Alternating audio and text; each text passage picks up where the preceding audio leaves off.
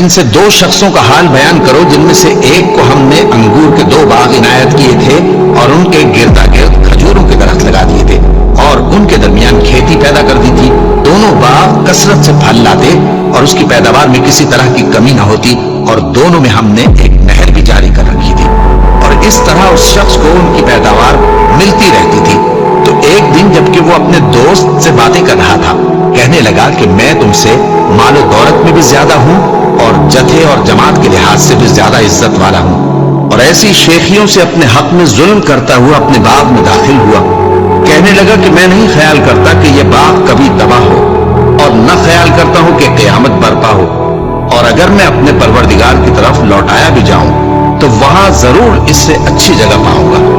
تو اس کا دوست جو اس سے گفتگو کر رہا تھا کہنے لگا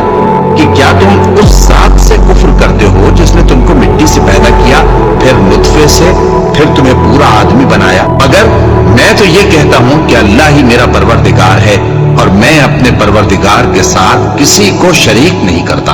اور جب تم اپنے باغ میں داخل ہوئے تو تم نے ماشاء اللہ لا قوت الا باللہ کیوں نہ کہا؟ اگر تم مجھے مال و اولاد میں اپنے سے کمتر دیکھتے ہو تو عجب نہیں کہ میرا پروردگار مجھے تمہارے باغ سے بہتر عطا فرمائے اور تمہارے اس باغ پر آسمان سے آفت بھیج دے تو وہ صاف میدان ہو جائے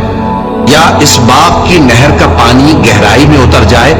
تو پھر تم اسے تلاش نہ کر سکو اور اس کے میووں کو عذاب نے آ گھیرا اور وہ اپنی چھتریوں پر گر کر رہ گیا تو جو مال اس نے اس پر خرچ کیا تھا اس پر حسرت سے ہاتھ ملنے لگا اور کہنے لگا کہ کاش میں اپنے پروردگار کے ساتھ کسی کو شریک نہ بناتا. اس وقت اللہ کے سوا کوئی جماعت اس کی مددگار نہ ہوئی اور نہ وہ بدلہ لے سکا.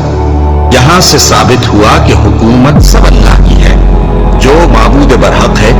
وہی بہترین ثواب عطا کرنے والا اور بہترین انجام لانے والا ہے.